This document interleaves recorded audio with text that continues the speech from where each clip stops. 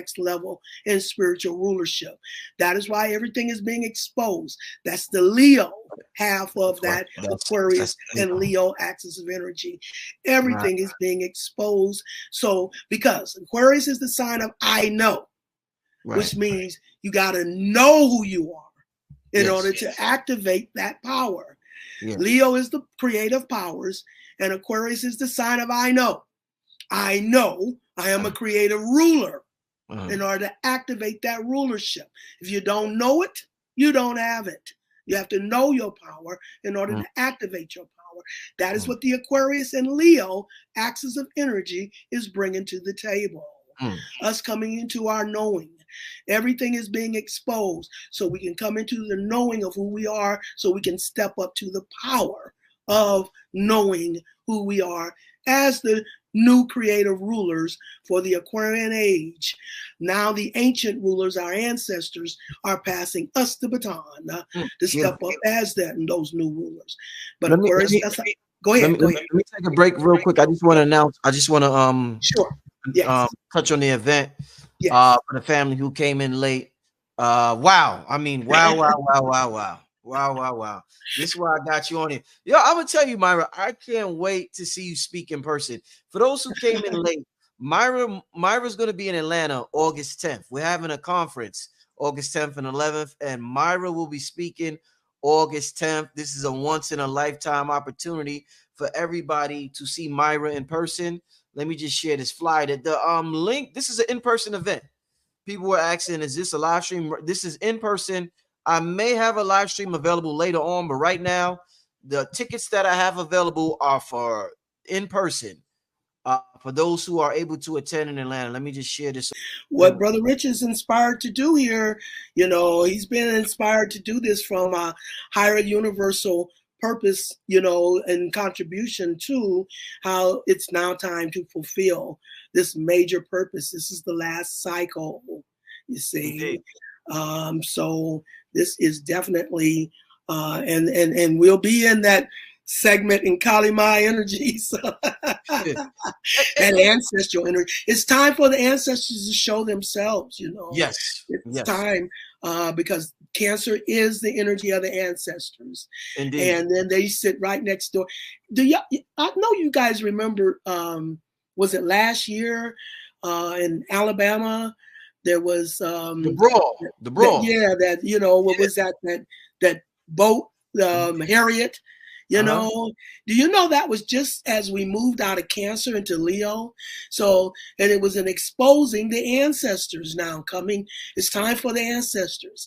And that's what that was exposing. I mean, because the boat was the Harriet and our ancestors came through, you guys. That's what was a demonstration of our ancestors stepping up and giving us the signal, you know, it's time for this spiritual warfare, you know, at the physical level. It's karma. It's karma time, you see. So ancestors being exposed. That's what we saw with that as it came out of the Cancer energy into the Leo. And Leo is always where the exposure at. And the reason we have to be in discernment, get through that Gemini gateway, is because Mama, the Cancer energy, ferocious, vicious, and she's not going to allow us access to Leo. Leo is where we tap into that creative powers at. So discernment through the Gemini gateway to cross into Mama's domain, and then Mama's going to sniff you out, going to make sure that you're not coming here in any type of pollution, any type of illusion, and then you get access to Leo, which is where we evolve in our creative powers to become the new rulers for this new creative rulership. All that is through that Leo and Aquarius axis of energy, and that's the energy we're going to be in for this occasion that Brother Rich is throwing for us, this gathering of the masters. That's how I got introduced, you know, through the gathering of the masters with Bobby Hammett. So this is all about a full circle. This is where we're coming full circle to what energy was the platform for the energy that we're now getting ready to step off into. So that is why he's been inspired to do this gathering of the masters, because that is where we left off, us elders, when we were doing our live lectures. Okay. That's what we were doing. The gathering of the masters was what was a major occasion at that time as well. So we've come full circle for that. Yes. Indeed. Sister Myrah, does Mama Universe, when we have somebody getting exposed, like let's just use Diddy for an example. Yes. Does he, once he leave this realm, is it like some serious karma for him to face, a person that gets involved in those type of activities? Or did he just do his job? Like his job was to do that, do his dirt, but get exposed and you know, whatever. Like in order for there to be the cleansing. Yeah, right. In order for there to be the cleansing. Everybody has a role in contribution to the whole, you know, and some of us, if we don't have the negative polarity, then we don't have the balance as a response to that. That is why we can't really sit in judgment. Now, not trying to condone anything, but nobody can judge you from the external. You know, everything is about your partnership with your spirit. This is what we were talking, you know, me and Brother Rich were talking about when this subject came up, is how people are misusing, you know, their ritualistic powers, their magical powers. And this is about, and that was the question he asked me, you know, how do we give them guidance on how to use these powers that it's time for us to step up to? So that's one of the reasons he's looking at, you know, presenting this information so people can have some guidance on how to use this ritualistic power, because abusing that power is what you don't want to do, because we're evolving from an abuse of power to a humanitarian empowerment in this Aquarius process, you see.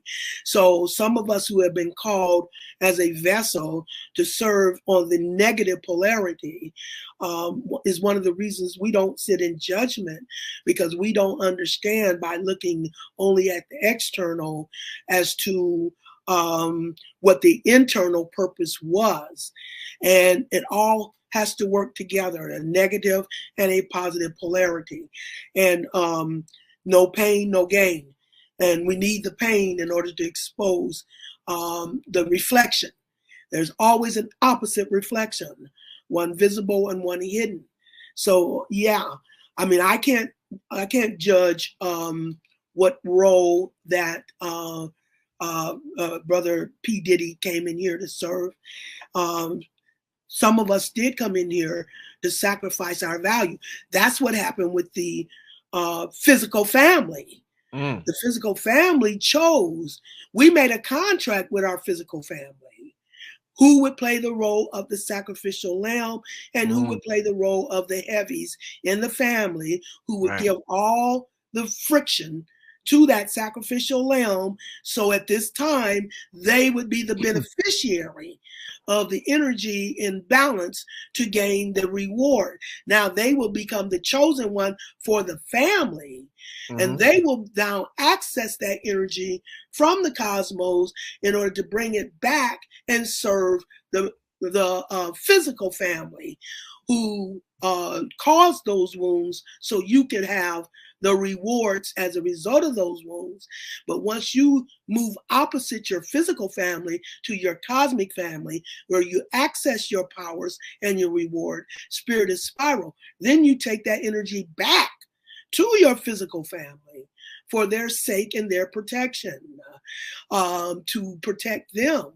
You know, it's like a mafia king that, you know, everybody, you know, will sacrifice in order for him to stay in power, so he can be a protector of everyone in that family. So that is why we took those wounds from certain family members, so we could be the one to step up, gain our powers from this sacrifice and struggle we endured from the family in order to gain those powers. But those powers are then used to spiral back and benefit that physical family. This is what they told me with my mom, because I was the the sacrificial lamb of my family. And it was and when I moved from my hometown in Omaha, Nebraska, from my family to Atlanta. And when I first moved to Atlanta, and this was in 1987, so y'all know how long that's been. 1987, when I left Nebraska and moved to Atlanta, and Spirit inspired me to move to Atlanta. And when I moved to Atlanta, when I first moved there, I didn't know anybody. And then Spirit shut down my car, it shut down my phone. So I knew, I said, well, I guess I might as well go get in the bathtub because, you know, no phone, no visitors, nowhere to go. And so I went and got in the bathtub. I was inspired to do that because I was being taken on a soul's journey. And what they made me do when I got in that bathtub of water, they made me confront the hurt and the pain of how I was the one sacrificed when it came to the love that my mama demonstrated, you know, between me and my siblings. I never got angry. I never got bitter behind that. And they said I had to. They said I had to confront my pain. They said I had to confront my anger. And once I got through expressing the hurt and the pain to my mom transitioned in 1983. My father transitioned in 1973. So once I confronted the pain and the hurt that I experienced with my mom, then they said, now you can heal. Now you can heal. And when they said, now you can heal, the first thing they went through was to my mom. They said, it hurt your mom. It hurt your spiritual mom to have to do this to you very much. Wow. But it had to be done in order for you to become who you needed to be. So that's when they explained to me, your physical family is your step family, and your spiritual family is your real and true family, your energy family.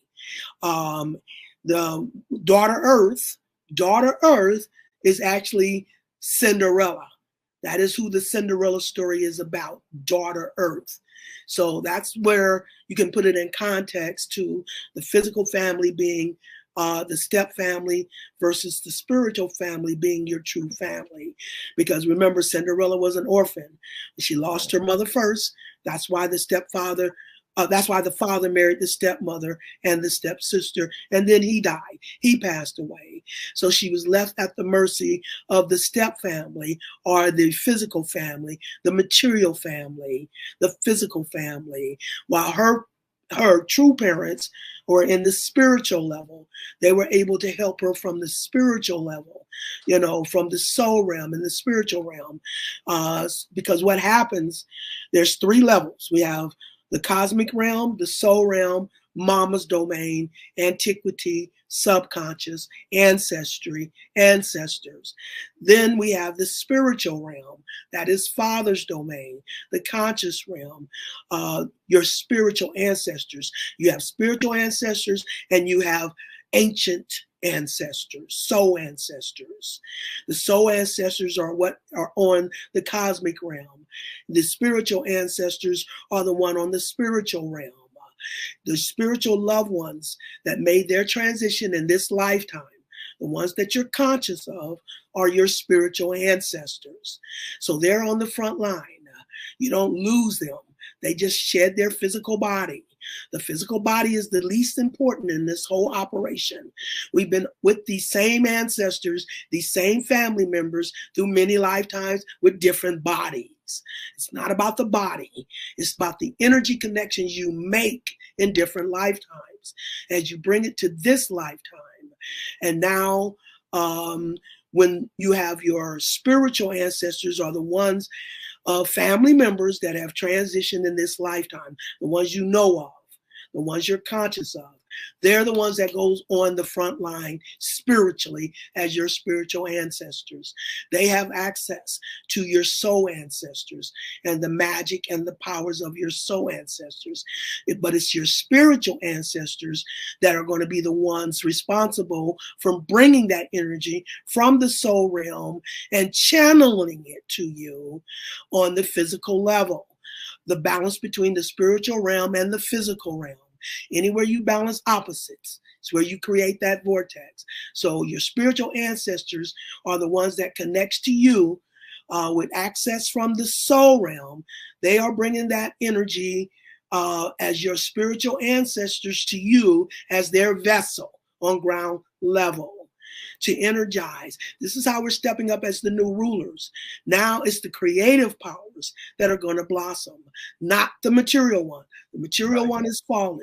The mama bird is trying to push the baby birds out of that proverbial material nest so they can find out they are liberated. They can fly. They no longer have the yoke of materialism keeping them grounded in the physical illusion. So we become too dependent on our material power that we're using it as a crutch and not opening up to the spiritual powers that are now in our access through our spiritual loved ones.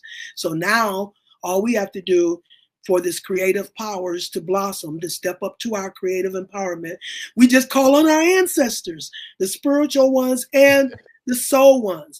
And we say, which one of our ancestors have mastered in the creative technique of creating music? Who has mastered in the creative technique of creating a meal or dancing or writing? Whatever creative powers you want to manifest, now you call on your ancestors who've mastered already in those creative techniques, and they can now channel that energy to you to manifest it and materialize it as the vessel for that family energy at ground level. That is why the Gemini that we're in is so significant, because Gemini is the energy where you channel. Wherever your Gemini is at is where you channel. Channeling from your spiritual loved ones, your spiritual ancestors on the front line of the universe, your ancient ancestors, ready to access that energy and then channel that energy and balance to you from the physical to the spiritual level, so you can be the one to manifest that creative power at ground level. This is what we're getting ready to access as we hop the fence. And Spirit is telling me next year is when we hop that fence, next year. So when we hop that, because remember, you don't blend energy. So you aren't going to be able to straddle the fence. You're going to have to hop the fence from one half to the opposite half. It's balancing polarities. That's just how energy unfolds from a negative to a positive polarity. But you have to complete one half first before you activate the opposite half in equal measure. It's like temperature. Opposites are the same. They're just coming from opposite perspective. When do you cross from the hot half into the cold half, or the cold half into the hot half, or from the physical half into the spiritual half? We're getting ready to hop into the spiritual half. That means everything that we have sacrificed and struggled as the negative polarity through many lifetimes are being tallied up as our investment in how it's going to now be matched in opposite spiritual return, in spiritual reward and spiritual empowerment. But this is a kingdom rulership. Remember, Aquarius is the sign of the humanitarian. So this is the rulership where we're evolving from an abuse of power to a humanitarian empowerment. You're not going to qualify if you're trying to step up through egotistic power. You can't abuse this power. You're not, this is what this whole process has been about. It's been an alchemical process, teaching us how to use our powers righteously without abusing them. That is why the Super Bowl is what is demonstrated next year, because when we're looking at the fire axis from Leo, we're looking at the fire axis of energy. In the physical rotation, we're looking at from Aries to Leo to Sagittarius. But in the spiritual rotation, we're going to go from Leo to Aries to Sagittarius. And when we're looking at Leo, it's about the resurrection of the sun. Leo, resurrecting. It's time for us to resurrect as the creative rulers. And what we do is we resurrect into Aries, our Mars energy, Haru's energy, Haru is who they pattern their heroes after. So now Haru means in Aries, Aries is the most personal sign of the zodiac. So in Aries, we come to our full 360 degrees of personal power. That's how we step up as Haru. And then once the Harus all come together in their full 360 degrees of personal power, is how we then peak in Sagittarius. Sagittarius is a SARS energy, where we come to the abundance, because the planetary ruler of a SAR is Jupiter. Jupiter, the great beneficent, whatever it touches, it brings in abundance. So stepping up into a SARS energy, he was cut down into those 14 cycles of time by the father of righteous thinking. So he would not be prone, he was the son most prone to abuse his power.